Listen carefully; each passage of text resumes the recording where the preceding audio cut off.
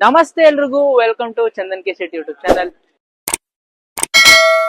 ನಾನಿವತ್ತು ಪಂಚಭೂತಗಳಲ್ಲಿ ಒಂದಾಗಿರೋ ಸಾಕ್ಷಾತ್ ಶಿವನು ಅಗ್ನಿ ರೂಪದಲ್ಲಿ ನೆಲೆಸಿರುವಂತ ತಮಿಳುನಾಡಿನಲ್ಲಿರುವ ತಿರುವಣ್ಣಾಮಲೈನ ಅರುಣಾಚಲೇಶ್ವರ ದೇವಸ್ಥಾನದಲ್ಲಿ ಇದೆ. ಸುಮಾರು 1100ಕ್ಕೂ ಹೆಚ್ಚು ವರ್ಷದ ಇತಿಹಾಸ ಇರೋ ಈ ದೇವಸ್ಥಾನಕ್ಕೆ ನಾವಿವತ್ತು ಬಂದಿದ್ದೀವಿ. ನೀವೇನಾದ್ರೂ ತಿರುವಣ್ಣಾಮಲೈಗೆ ಬರೋ ಪ್ಲಾನ್ ಇದ್ರೆ, ಅರುಣಾಚಲೇಶ್ವರನ ದರ್ಶನ ಮಾಡ್ಬೇಕಂತಿದ್ರೆ ಈ ವಿಡಿಯೋನ ಸ್ಕಿಪ್ ಮಾಡದೆ ಪೂರ್ತಿ ನೋಡಿ ಅಂತ ಹೇಳ್ತಾ, ದರ್ಶನ ಮಾಡೋದಕ್ಕೂ ಮುಂಚೆ ಬೆಂಗಳೂರಿಂದ ಏನಾದ್ರೂ ನೀವು ತಿರುವಣ್ಣಾಮಲೈಗೆ ಬರ್ತಿದ್ದೀರಾ ಅಂದ್ರೆ ಹೇಗ್ ಬರ್ಬೇಕು ಅಂತ ನಾನು ನಿಮ್ಗೆ ಫಸ್ಟ್ ಹೇಳ್ತೀನಿ, ಕೇಳಿಸ್ಕೊಳ್ಳಿ. ಇನ್ನು ಬೆಂಗಳೂರಿಂದ ನೀವು ತಿರುವಣ್ಣಾಮಲೈಗೆ ಹೋಗ್ಬೇಕಾದ್ರೆ ನಿಯರ್ ಬೈ ಟ್ರೈನ್ ರೂಟ್ಸ್ ಇಲ್ದಿರೋ ಕಾರಣ ಬಸ್ ಅಲ್ಲೇ ಹೋಗ್ಬೇಕು. ಸೊ ನೀವು ಬಸ್ ಸ್ಟಾಪ್ ಹೋಗ್ಬೇಕಂದ್ರೆ ಮೊದಲು ಸ್ಯಾಟಲೈಟ್ ಬಸ್ ಸ್ಟಾಪ್ ಬರ್ಬೇಕು. ಸೊ ಈ ಸ್ಯಾಟಲೈಟ್ ಬಸ್ ಸ್ಟಾಪ್ ಇಂದ ನಿಮ್ಗೆ ಡೈರೆಕ್ಟ್ ಬಸ್ ಸಿಗುತ್ತೆ 24x7 ಬ್ರೋ. ಓಕೆ, ನೈಟ್ ಇಂದ 24 ಯಾವಾಗ ಬಂದು ತಿರುವಣ್ಣಾಮಲೈಗೆ 5 ಮಿನಿಟ್ಸ್ ಒಂದು ಬಸ್ ಸಿಗುತ್ತೆ. ಓಕೆ. ಎಷ್ಟು ಕಿಲೋಮೀಟರ್ ತಿರುವಣ್ಣಾಮಲೈ ತಿರುವಣ್ಣಾಮಲೈ ಒಂದು 4.5 hour ಜರ್ನಿ ಮೋಸ್ಟ್ಲಿ ಅಷ್ಟೇ. ಬಟ್ ನೈಟ್ ಟೈಮ್ ಸ್ವಲ್ಪ ರಶ್ ಇರುತ್ತೆ, ಬೆಳಿಗ್ಗೆ ಟೈಮ್ ಆದ್ರೆ ಫ್ರೀ ಇರುತ್ತೆ. ಸ್ಯಾಟಲೈಟ್ ಅಲ್ಲೇ ಬಸ್ ಹತ್ತಿ, ಯಾಕಂದ್ರೆ ಸ್ಯಾಟಲೈಟ್ ಅಲ್ಲಿ ಬಸ್ ಹತ್ತಿದ್ರೆ ಶಾಂತಿನಗರ, ಲಾಲ್ಬಾಗ್ ಮೇನ್ ಗೇಟ್, ಮಡಿವಾಳ ಮತ್ತೆ ಸಿಲ್ಕ್ ಬೋರ್ಡ್, ಎಲೆಕ್ಟ್ರಿಸಿಟಿ ಇದಿಷ್ಟು ಕಡೆ ಸ್ಟಾಪ್ ಕೊಡ್ತಾನೆ. ಅದಷ್ಟು ಕಡೆ ಸ್ಟಾಪ್ ಕೊಟ್ರು ಅಲ್ಲಿ ಸೀಟ್ ಸಿಗುತ್ತೋ ಇಲ್ವೋ ಗೊತ್ತಿಲ್ಲ. ನಿಮ್ಗೆ ಸ್ಯಾಟಲೈಟ್ ಬಸ್ ಸ್ಟಾಪ್ ಅಲ್ಲಿ ಬಂದು ಬಸ್ ಹತ್ತಿದ್ರೆ ನಿಮ್ಗೆ ಖಂಡಿತವಾಗ್ಲೂ ಸೀಟ್ ಸಿಗುತ್ತೆ. ಈಗ ನಾನು ಕೂಡ ಬಸ್ ಹತ್ತಿ ನನ್ನ ಪಯಣನ ಶುರು ಮಾಡ್ತೀನಿ. Happy journey bro.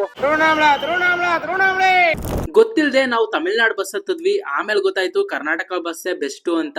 Tamil Nadu bus ಮತ್ತು ಕರ್ನಾಟಕ ಬಸ್ ನ ಟಿಕೆಟ್ ಪ್ರೈಸ್ ಡಿಫರೆನ್ಸ್ ನೀವು ಇಲ್ಲಿ ನೋಡಬಹುದು.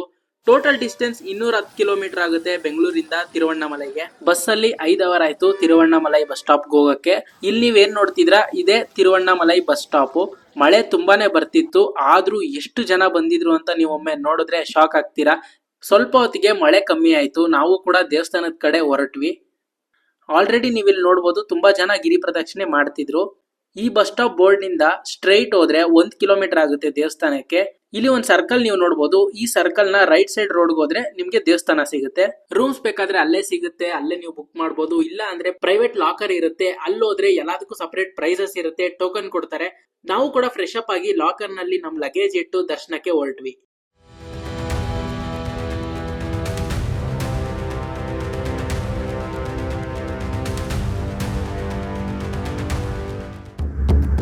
ಇದೇ ನೋಡಿ ರಾಜ್ ಗೋಪುರ.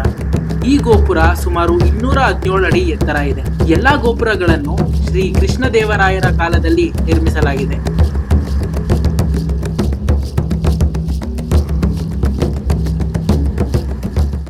ಈಗ ತಂದೆಯ ದರ್ಶನ ಮಾಡೋ ಸಮಯ. ದರ್ಶನಕ್ಕೆ ಹೋಗ್ತಾ ಇದೀವಿ. ಫಸ್ಟ್ ದರ್ಶನ ಮಾಡ್ಕೊಂಡು ಅದಾದ್ಮೇಲೆ ಗಿರಿ ಪ್ರದಕ್ಷಿಣೆ ಹಾಕೋಣ.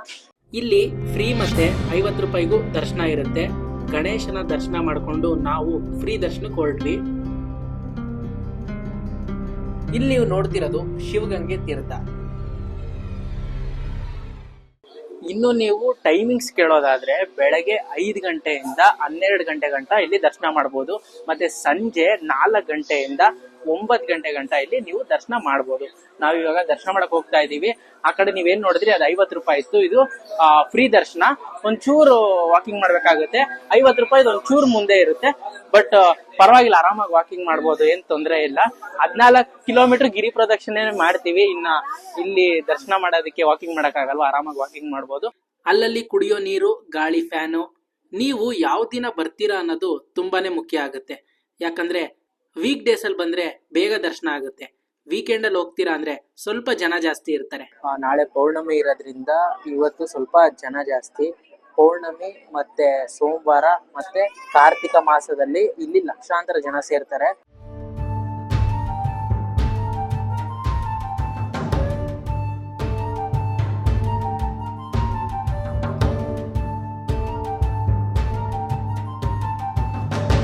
ಆಚೆ ತುಂಬಾ ಕೂಲ್ ಆಗಿರುತ್ತೆ.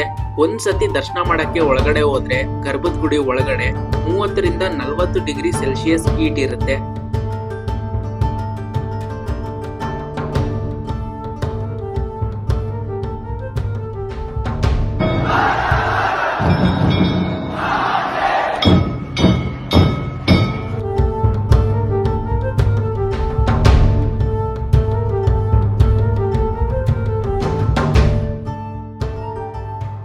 ಮೊದಲನೇ ಸತಿ ನಾನ್ ಬಂದಿರೋದ್ರಿಂದ ತುಂಬಾ ಒಳ್ಳೆ ದರ್ಶನ ಆಯ್ತು. ತುಂಬಾನೇ ಖುಷಿ ಆಯ್ತು ತಂದೆಯ ದರ್ಶನ ಮಾಡಿ. ಅದ ನಂತರ ಪಾರ್ವತಿ ದೇವಿಯ ದರ್ಶನ ಮಾಡಕ್ ಹೊರಟ್ವಿ. ಪಾರ್ವತಿ ದೇವಿಯ ದರ್ಶನ ಮುಗಿಸ್ಕೊಂಡು ಆಚೆಗಡೆ ಬಂದ್ವಿ ಪ್ರಸಾದಕ್ಕಂತ. ಇಲ್ಲಿ ಪ್ರಸಾದಕ್ಕೆ ಸಪರೇಟ್ ರೇಟ್ ಇತ್ತು. ಟೋಕನ್ ತಗೊಂಡು ಲೈನಲ್ಲಿ ನಿಂತ್ಕೊಂಡು ತಗೋಬೇಕಾಗಿತ್ತು.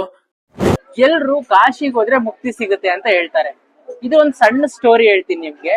ಒಂದು ದಿನ ಒಬ್ಬ ಭಕ್ತ ಸಾಕ್ಷಾತ್ ಶಿವನ್ನ ಕೇಳ್ತಾನೆ, ಸ್ವಾಮಿ ಕಾಶಿಗೆ ಹೋದ್ರೆ ಮುಕ್ತಿ ಸಿಗುತ್ತೆ, ಇನ್ ಕೇಸ್ ನಾವು ಕಾಶಿಗೆ ಹೋಗೋಕ್ಕಿಂತ ಮುಂಚೆನೆ ಏನಾದ್ರೂ ನಮ್ ಪ್ರಾಣ ಜಾರಿದ್ರೆ, ಅಂದ್ರೆ ನಾವೇನಾದ್ರೂ ಇನ್ ಕೇಸ್ ತೀರೋದ್ರೆ ಹೇಗೆ ಮುಕ್ತಿ ಪಡೆಯೋದು ಸ್ವಾಮಿ ಅಂತ ಕೇಳಿದಾಗ, ಅವಾಗ ಸಾಕ್ಷಾತ್ ಶಿವ ಹೇಳ್ತಾರೆ, ಸ್ಮರಣ ಅರುಣಾಚಲೇ ಅಂತ.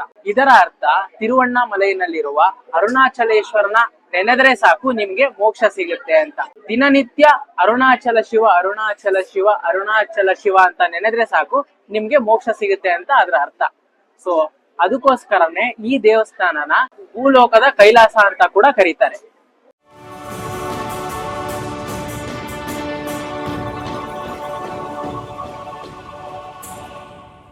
ಈಗ ಗಿರಿ ಪ್ರದಕ್ಷಿಣೆಗೆ ಬರೋಣ. ಮೊದಲು ಗಿರಿ ಪ್ರದಕ್ಷಿಣೆ ಅಂದರೆ ನೀವಿಲ್ಲಿ ನೋಡ್ತಿರ್ಬೋದು, ಅರುಣಾಚಲ ದೇವಸ್ಥಾನ ಹಿಂದೆ ಇರೋ ಗಿರಿಯನ್ನು ಅರುಣಗಿರಿ ಅಂತ ಕರೀತಾರೆ. ಈ ಅರುಣಗಿರಿಯನ್ನ ಸಾಕ್ಷಾತ್ ಶಿವನ ಸ್ವರೂಪ ಅಂತಾರೆ. ಅದರಿಂದ ಈ ಬೆಟ್ಟಕ್ಕೆ ಗಿರಿ ಪ್ರದಕ್ಷಿಣೆ ಮಾಡ್ತಾರೆ. ಕಾರ್ತಿಕ ಮಾಸದ ಪೌರ್ಣಮಿ ದಿನದಂದು ಈ ಬೆಟ್ಟದ ತುದಿಯ ಮೇಲೆ ಕಾರ್ತಿಕ ದೀಪ ಹಚ್ಚುತ್ತಾರೆ. ಈ ಬೆಟ್ಟದ ಸುತ್ತ 8 ದಿಕ್ಕುಗಳಲ್ಲಿ 8 ವಿಶೇಷವಾದ ಶಿವನ ದೇವಸ್ಥಾನ ಇದೆ. ಈ ಎಲ್ಲಾ ದೇವಸ್ಥಾನನೂ ನಾವು ದರ್ಶನ ಮಾಡಿದ್ರೆ ಒಂದು ಗಿರಿ ಪ್ರದಕ್ಷಿಣೆ ಆಗುತ್ತೆ. ಕಂಪ್ಲೀಟ್ ಆಗಿ 14 ಕಿಲೋಮೀಟರ್ ಇರುತ್ತೆ ಈ ಗಿರಿ ಪ್ರದಕ್ಷಿಣೆ. ಈಗ ನಾವು ಗಿರಿ ಪ್ರದಕ್ಷಿಣೆ ಸ್ಟಾರ್ಟ್ ಮಾಡ್ತಾ ಇದೀವಿ. ಗಿರಿ ಪ್ರದಕ್ಷಿಣೆ ವಿಡಿಯೋ ಕೂಡ ನಿಮಗೆ ತೋರಿಸ್ತೀವಿ. ಅರುಣಾಚಲೇಶ್ವರ ದೇವಸ್ಥಾನದ ಮುಂದೆ ಮೊದಲು ಕರ್ಪೂರ ಹಚ್ಚಿ ನಮ್ಮ ಬೇಡಿಕೆಗಳನ್ನು ಬೇಡ್ಕೊಂಡು ಗಿರಿ ಪ್ರದಕ್ಷಿಣೆಯನ್ನ ಶುರು ಮಾಡಬೇಕು. ನಂತರ ಪ್ರಥಮ ಲಿಂಗ ದರ್ಶನ ಮಾಡೋಕ್ಕೂ ಮುಂಚೆ ಭೂತನಾರಾಯಣನ ದರ್ಶನ ಮಾಡ್ಕೋಬೇಕು. ಗಿರಿ ಪ್ರದಕ್ಷಿಣೆಯನ್ನು ಕೆಲವರು ಬರೀ ಕಾಲಲ್ಲಿ ಮಾಡ್ತಾರೆ, ಕೆಲವರು ಸಾಕ್ಸ್ ಹಾಕೊಂಡು ಮಾಡ್ತಾರೆ, ಕೆಲವರು ಆಟೋದಲ್ಲೂ ಮಾಡ್ತಾರೆ. ಗಿರಿ ಪ್ರದಕ್ಷಿಣೆಯ ಮೊದಲನೇ ಲಿಂಗ ಇಂದ್ರಲಿಂಗ. ಸೊ ಈ ಇಂದ್ರಲಿಂಗನ ಸಾಕ್ಷಾತ್ ಇಂದ್ರದೇವನೇ ಪ್ರತಿಷ್ಠಾಪನೆ ಮಾಡಿರೋದು ಅನ್ನೋ ಒಂದು ನಂಬಿಕೆ ಇದೆ. ಇದು ದೇವಸ್ಥಾನದ ಪಕ್ಕದಲ್ಲೇ ಇದೆ. ಸೊ ಈಗ ನೆಕ್ಸ್ಟ್ ಹೋಗ್ತಿರೋ ಲಿಂಗ ನಾವು ಅಗ್ನಿಲಿಂಗ. ಬನ್ನಿ ಹೋಗೋಣ. ಎರಡನೇ ಲಿಂಗಕ್ಕೆ ಬಂದಿದೀವಿ, ಅಗ್ನಿಲಿಂಗಕ್ಕೆ ಬಂದಿದೀವಿ. ಇಂದ್ರಲಿಂಗ ಇಂದ ಅಗ್ನಿಲಿಂಗಕ್ಕೆ 1.6 ಕಿಲೋಮೀಟರ್ ಇದೆ. ಅಗ್ನಿಲಿಂಗ ದರ್ಶನ ಮಾಡಿದವ್ರಿಗೆ ಆತಂಕ ಮತ್ತೆ ಭಯ ಎಲ್ಲ ನಿವಾರಣೆ ಆಗುತ್ತೆ ಅನ್ನೋದೊಂದು ನಂಬಿಕೆ ಇಲ್ಲಿದೆ. ಈಗ ನೆಕ್ಸ್ಟ್ ನಾವು ಹೋಗ್ತಾ ಇರೋದು ಯಮಲಿಂಗಕ್ಕೆ. ಬನ್ನಿ ಹೋಗೋಣ. ಈಗ ನಾವಿರೋದು ಸಾಕ್ಷಾತ್ ಯಮರಾಜನೇ ಪ್ರತಿಷ್ಠಾಪನೆ ಮಾಡಿರುವಂತ ಯಮಲಿಂಗಕ್ಕೆ ಬಂದಿದ್ದೀವಿ. ಇದು ಅಗ್ನಿಲಿಂಗ ದೇವಸ್ಥಾನದಿಂದ 1.8 ಕಿಲೋಮೀಟರ್ ಆಗುತ್ತೆ. ಇಲ್ಲಿ ಬಂದು ದರ್ಶನ ಮಾಡಿದವರಿಗೆ ಮೃತ್ಯು ಭಯ ನಿವಾರಣೆ ಆಗುತ್ತೆ ಅಂತ ಹೇಳಲಾಗುತ್ತದೆ. ಸೊ ನಾವು ಇದನ್ನ ದರ್ಶನ ಮಾಡ್ಕೊಂಡು ನೆಕ್ಸ್ಟ್ ಲಿಂಗಕ್ಕೆ ಹೋಗ್ತೀವಿ.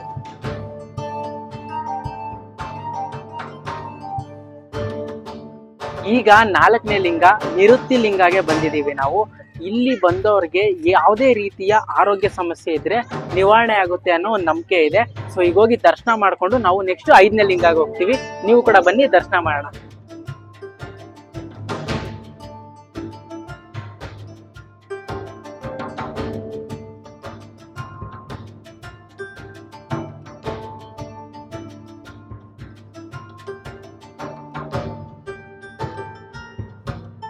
ಈಗ ನಾವು ದರ್ಶನ ಮಾಡ್ತಿರೋಂತ ಲಿಂಗ ವರುಣ ಲಿಂಗ.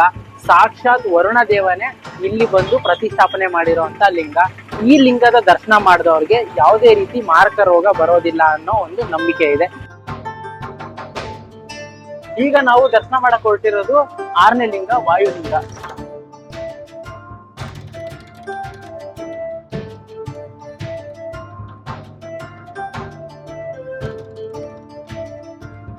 ಸಾಕ್ಷಾತ್ ವಾಯುದೇವನೇ ಈ ಲಿಂಗವನ್ನು ಪ್ರತಿಷ್ಠಾಪನೆ ಮಾಡಿರೋದು. ಈ ಲಿಂಗಕ್ಕೆ ಬಂದು ದರ್ಶನ ಮಾಡಿದವ್ರಿಗೆ ಯಾವುದೇ ರೀತಿಯಾದ ಕಣ್ಣಿನ ಸಮಸ್ಯೆ ಇದ್ರೆ ಪರಿಹಾರ ಆಗುತ್ತೆ ಅನ್ನೋದು ನಂಬಿಕೆ ಇದೆ.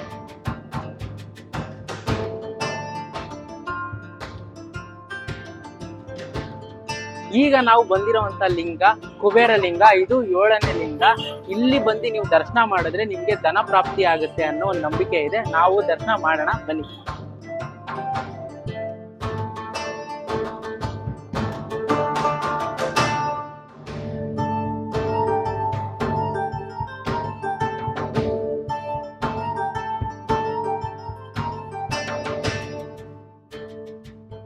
ಕೊನೆಯ ಲಿಂಗ ಈಶಾನ್ಯ ಲಿಂಗಕ್ಕೆ ಹೋಗೋ ಮುಂಚೆ ನಿಮ್ಗೆ ಮೋಕ್ಷ ಮಾರ್ಗ ಸಿಗುತ್ತೆ.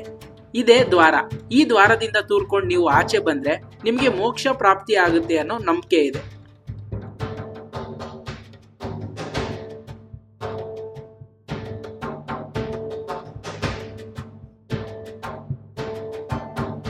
ಇಲ್ಲಂತೂ ತುಂಬಾನೇ ಜನ ಕ್ಯೂ ಅಲ್ಲಿ ನಿಂತಿರ್ತಾರೆ.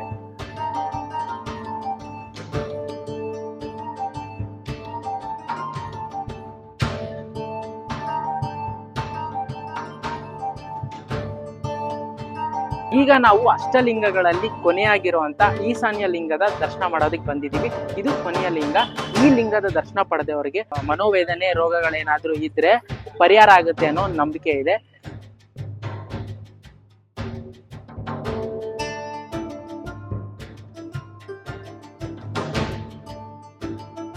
ಅಷ್ಟಲಿಂಗಗಳ ದರ್ಶನ ಮಾಡಿ ಈಗ ತಿರ್ಗಾ ಅರುಣಾಚಲೇಶ್ವರನ ಸನ್ನಿಧಾನಕ್ಕೆ ಬಂದಿದೀವಿ. ಈಗ ಒಂದು ಗಿರಿ ಪ್ರದಕ್ಷಿಣೆ ಕಂಪ್ಲೀಟ್ ಆಗುತ್ತೆ ನಮ್ದು. ನೀವೇನಾದ್ರೂ ತಿರುವಣ್ಣಾಮಲೈಗೆ ಬರೋ ಪ್ಲಾನ್ ಇದ್ರೆ ಈ ವಿಡಿಯೋ ನಿಮ್ಗೆ ತುಂಬಾನೇ ಯೂಸ್ಫುಲ್ ಆಗುತ್ತೆ ಅಂತ ನಾನು ಅನ್ಕೊಂಡಿದೀನಿ. ಮುಂದಿನ ವಿಡಿಯೋದಲ್ಲಿ ಸಿಗ್ತೀನಿ ಅಂತ ಹೇಳ್ತಾ ನಮಸ್ತೆ.